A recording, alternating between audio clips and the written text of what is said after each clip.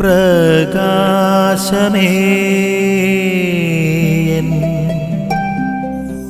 മിഴി തുറക്കുക വേഗം.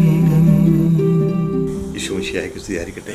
സ്നേഹമുള്ളവരെ, വചനദീപ്തി എന്ന വചന വിചിന്തനത്തിലേക്ക് സ്വാഗതം. വിധിക്കപ്പെടാതിരിക്കാൻ നിങ്ങളും വിധിക്കരുത്.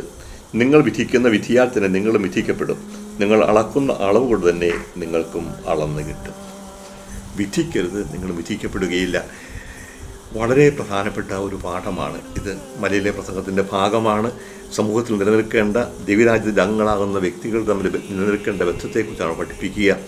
മറ്റുള്ളവരുടെ കുറ്റം കാണാനും അതിലെടുത്തു പറയാനും ഇല്ലാത്ത കുറ്റങ്ങൾ ആരോപിക്കാനും നിങ്ങൾ ഒരിക്കലും തയ്യാറാകരുത്. വിധിക്കാൻ പോകരുത്. മറ്റുള്ളവർ വിധിക്കുകയല്ല, നിന്നെ തന്നെ കാണുക.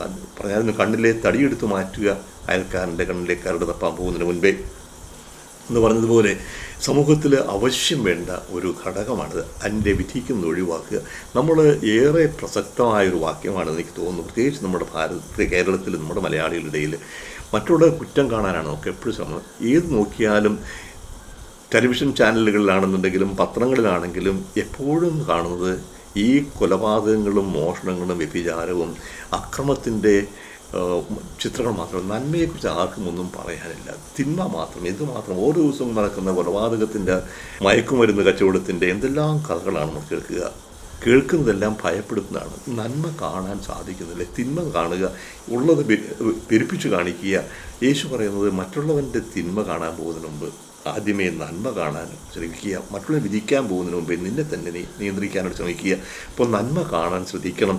തിന്മ വേണ്ട എന്നല്ല, കാണരുതെന്നല്ല. പക്ഷേ ഈ തിന്മയ്ക്ക് ഇത്രമാത്രം പ്രാധാന്യം കൊടുക്കാതെ നന്മയ്ക്ക് പ്രാധാന്യം കൊടുക്കുക. നന്മ പറയുക, നല്ലത് ചെയ്യുക, നല്ലത് കാണുക. അവരിലെ തിന്മയേക്കാൾ കൂടുതൽ നന്മ കാണാൻ കഴിയും. ഞാൻ പെട്ടെന്ന് ഓർത്തു പോയത്, പണ്ട് ലിയോ കപ്പുച്ചിൻ അച്ഛൻ ധ്യാനഗുരുവായിരുന്നു. അദ്ദേഹം പറഞ്ഞൊരു കാര്യമാണ്. ഞാൻ കുളത്തൂരിൽ 10ാം ക്ലാസ് പഠിക്കുന്ന കാലത്താണ് യേശു അന്ന് പ്രസംഗം പറഞ്ഞപ്പോൾ അദ്ദേഹം പറഞ്ഞൊരു കാര്യം ഇപ്പോഴും ഓർക്കുക. ഒരു വഴിയിലൊരു പട്ടി ചത്ത് കിടക്കുന്നു. ആൾക്കാരെല്ലാം മൂക്ക് പുതിയ എന്ത് ദുർഗന്ധം, ആകപ്പാട് ചീഞ്ഞ പട്ടി ശബ്ദം.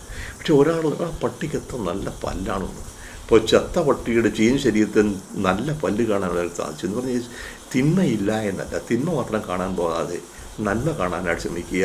അപ്പോൾ നന്മ കാണാനും നന്മ പ്രോത്സാഹിപ്പിക്കാനും നന്മ പറയാനും മറ്റുള്ളവരുടെ നന്മ പ്രോത്സാഹിപ്പിക്കാനും പ്രത്യേകം ശ്രദ്ധിക്കണം. അതുകൊണ്ട് നമ്മൾ വിധിക്കുന്ന വിധി കൊണ്ട് തന്നെ നമ്മളും വിധിക്കപ്പെടുന്നു. ദൈവം നമ്മൾ വിധിക്കുന്നതായിരിക്കും. അപ്പോൾ ഞാൻ മറ്റുള്ളവർ വിധിക്കാൻ പോകണ്ട, എന്നെയും വിധിക്കേണ്ട, തമ്പുരാൻ്റെ മുമ്പിൽ എന്നെ തന്നെ സമർപ്പിക്കുക. നന്മ കാണാൻ, നന്മ പ്രോത്സാഹിപ്പിക്കാൻ നമ്മളെ അനുഗ്രഹിക്കട്ടെ. അതായിരിക്കട്ടെ നോമ്പ് കാലത്തിൻ്റെ ചൈതന്യം. വഴിയേ നടക്ക